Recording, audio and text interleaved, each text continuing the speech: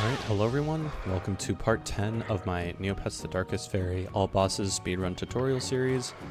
Real quick, once again, apologies if I'm quiet, my voice is still kinda hurting.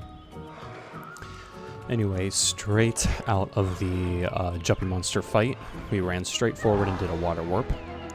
And that spawns us here. Now we're gonna run towards the entrance of Shadow Glen. Come up onto this ledge here with the two flower monsters. We actually want to destroy them because they can be very annoying for this. What we're going to do here is a quick ledge fly into this rock next to it. Now, if I could manage to actually stay on the ledge, that would be particularly nice. There we go. So do be careful if you're too close to the if you're too close to the wall there, you actually will probably do a really weird angle ledge fly that puts you in straight down that way. So line up just a little bit away from it and ledge fly in towards it, and there we go. Now we're going to equip Cloak again because we're going into Meridel and we need to have it equipped in there. And we're going to see these two kind of terraced grass mound textures here. So what we're gonna do is we're gonna run straight for this little in-between bit. So right here where we're going just over the gap between where we are now and the first one. And then we should just fall straight underground.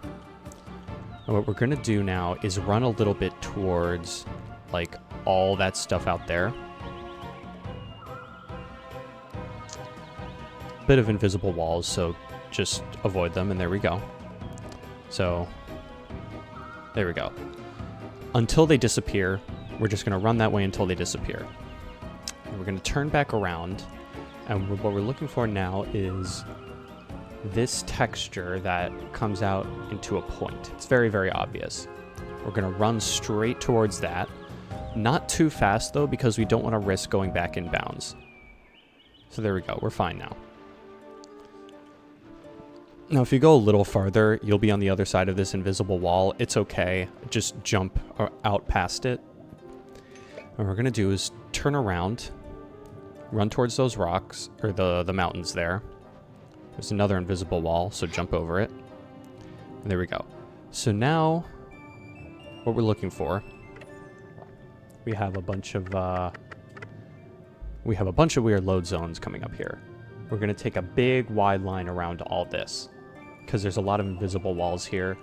We shouldn't really jump back in bounds, but it is possible, I suppose. But there's a lot of invisible walls, so we're just running around them basically. So big wide right turn, and there we go. And what we're going to head towards now is this little gap right here. This little gap where there's purple sky sticking up in between these two cliff textures here. We're going to go just left of that gap. And there's going to be other stuff spawning here. Don't worry about it. Stay the course. Just keep running straight. And there we go. So what I like to do, once I get into this part, is I like to run straight at that corner. And basically what that's going to be is we've loaded Meridel Village and the moat around Meridel Castle specifically, and it'll water warp us into the village. But if you don't want to do that and you want to have a more exact kind of showing of where you are, you can just come outside here and run into that little bit of sliver of water up there. And there you go. So now we're in Meridel Village.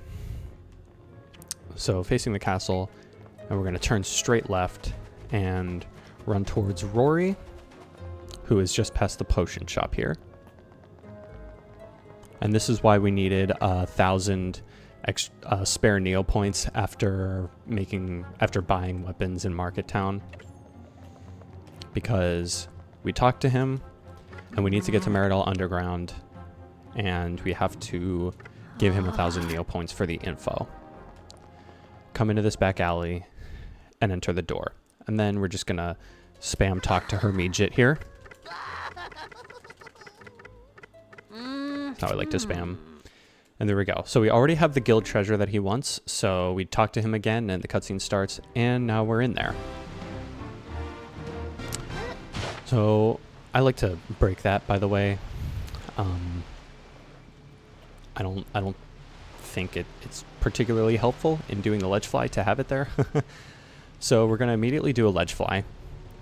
We're looking for kind of the middle of this, like where this line is on the brick. I don't really have an exact way to tell which one is which. Just, it's another case of kind of feeling it out. And I did pick the right one here, because I can tell by the angle of like where the ground beneath me is, and like where I'm facing the gaps in the pillars here and stuff. So we want to have Roberta completely visible on the screen. So this is not blocking any of her. And then she's still facing to the right of this broken pillar here. And then we're going to walk slightly forward because we're not actually totally to the edge of the ledge here. And then do a ledge fly. So there we go, that worked. So for the boss, we're going to want to have the Supernova Mote equipped on both our wand and our shield spell. I don't think it really matters on the wand, but on the shield spell, we need it equipped. And at this point, we're just going to run all the way around all of this and over here.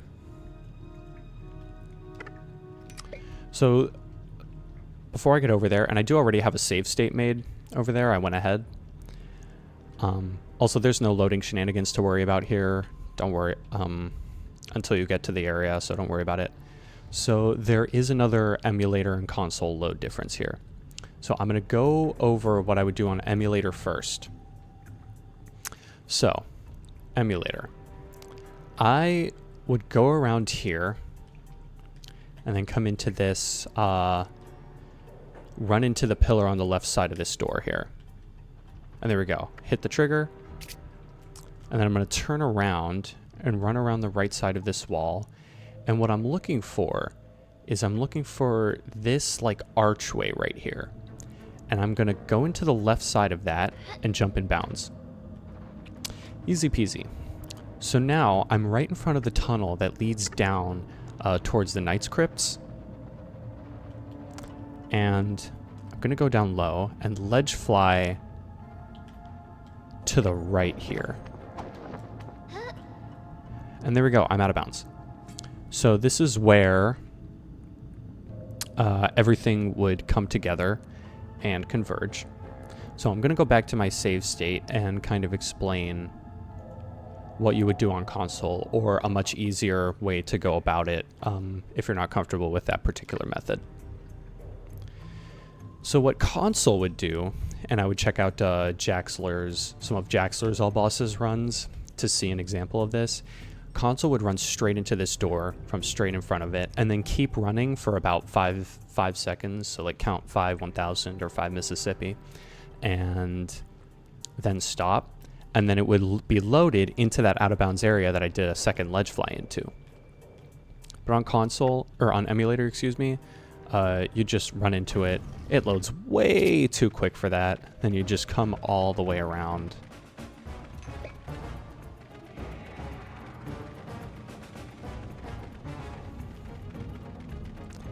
You jump down here,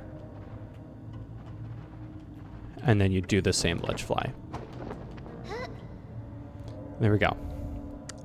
So map for reference. So now I'm looking to jump down into the Knight's Crypts, but stay out of bounds. So we want to go to, so I'm facing backwards, like up the broken stairs, and I'm going to kind of shift and go down here, and there we go. So this should be okay. And there we go. So I know this looks scary. It looks like I might load inbounds here. Don't worry. It's all good. Just about. So what there's actually this little bit of a collision that I'm standing. There we go. So I fell off of it, and there's kind of a specific piece of collision that I want to be on right now.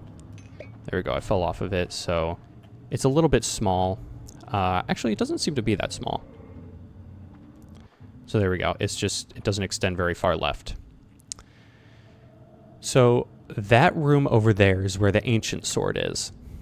And there you go. You can actually see it. And the little hallway past it you can see in the background is the loading zone we want to get to. So to get over there, just going to do a quick little mega jump. Whew, I actually almost landed in bounds there.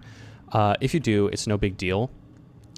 But, and I'll go over it just in case. But basically what we do now, just run around here, and then we're going to fall down in bounds right there. Whoa, camera was weird. And there we go. We're in the Undead Drake fight. But if, by unfortunate happenstance, you are unable to successfully perform the mega jump and you fall in bounds, it's okay. Just run down into the room.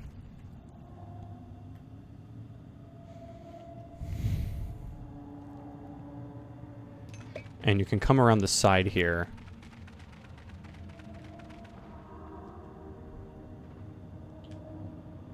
And just ledge fly straight forward into it. So we do want the Supernova Mote equipped to our shield as well now. Undead Drake is very vanilla. Incredible. So there's really the entire no fortune of the kingdom is here. There it is. there's not much of a strat to it. Just kind of run around him until he gives you the right attack. There we go. And you spam attack him. So if we do it quick enough, which is very, very easy to do, don't worry, this is not a hard fight. The only thing that can really happen to this fight is pure, like, minor time loss. Just spam attack him. He has set damage, unfortunately, so there's nothing we can do to, like, speed up this fight. So we're just gonna keep doing this. Now beware, because if you actually knock him back, specifically in that direction over there, I don't know if it can happen anywhere else, but he can actually fall out of bounds and just disappear, and you can't technically complete the fight.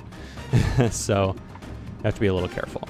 Now, pro tip, if he does that tornado attack, come into this corner here, and if you're far enough into it, it'll disappear. And then once he's ahead, you can just keep attacking him. I should say, if you're far enough into that corner, it will... the tornado will dissipate and before it hits you. So once we're done, we switch to Tor. We're actually going to collect... So in a run for optimal time save purposes, you would probably go... like... you would probably do the first attacks, this first set of attacks on the Undead Drake, and then while waiting... like, before going through to,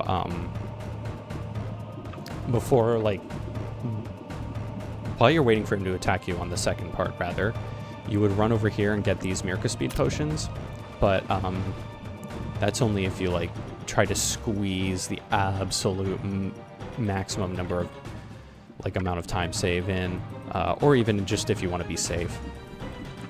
So, after that fight, we're going to come back into this corner. And now we have a little bit of a scary moment, because if we fall down anywhere down there, it's a game over. So come over here towards this waterfall. Now you can see these lines on the ground, of the bricks. This one is just barely cut off right here, the corner of these two lines. It's just barely cut off. We're gonna jump across to that ledge right off of here, and I would highly recommend not relying on auto jump here, because it doesn't tend to work very well. So you can quite comfortably make it to that ledge, so just run jump, and there we go, ledge grab. So we need low gravity, and that's why we do that. And now, and you're not totally required to be Tor here, but it is a little bit better for both purposes of actually doing the ledge fly and the routing of the next part, because we're going to be Roberta anyway, or we're going to need to switch to Roberta.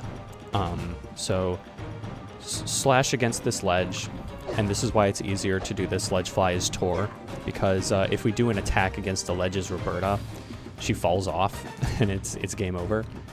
So slash against the ledge, pretty lenient, doesn't really matter where you face. I like to face pretty straight on to kind of where this broken wall texture is, and then just do an upwards ledge fly.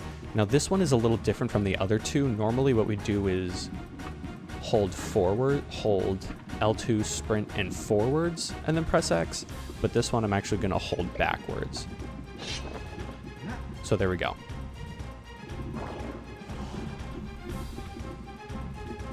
And now what should happen is the screen kind of goes dark and starts flickering.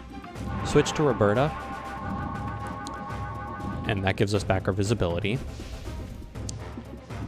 And now if you want to be safe, run around to the side here just to get a little closer. But you really don't necessarily have to. It's just a little bit safe. Now you should be able to see it through Roberta right now. We want to fall down, so there's a black dot way down there right here. We want to fall down directly on top of that. And you absolutely want to be holding L2 and be careful of your camera, because your camera, if it's moved slightly to the left or right, it'll make you stop moving. So I'm holding it straight forward so that it keeps facing down and I can see where the black dot is. And that is it for this part. So that is basically all of the major differences actually between all bosses and any percent. So what we would do next is just exit. So we're in the Meridell dungeons. We would exit here. And then you can see where we are. This is the lobby. Do basically everything else as normal. So I'll run out towards the lobby here just to show it off, but there we go. And that is it for this part. I'll go over the rest of it just you know, for the sake of continuing and finishing out. But we're going to start the next part with coming up here and doing the ledge fly into the staircase, same as you would do in any percent, and the rest of the run is done as any percent is. So with that, I will be back for that. But otherwise, congratulations on learning all bosses.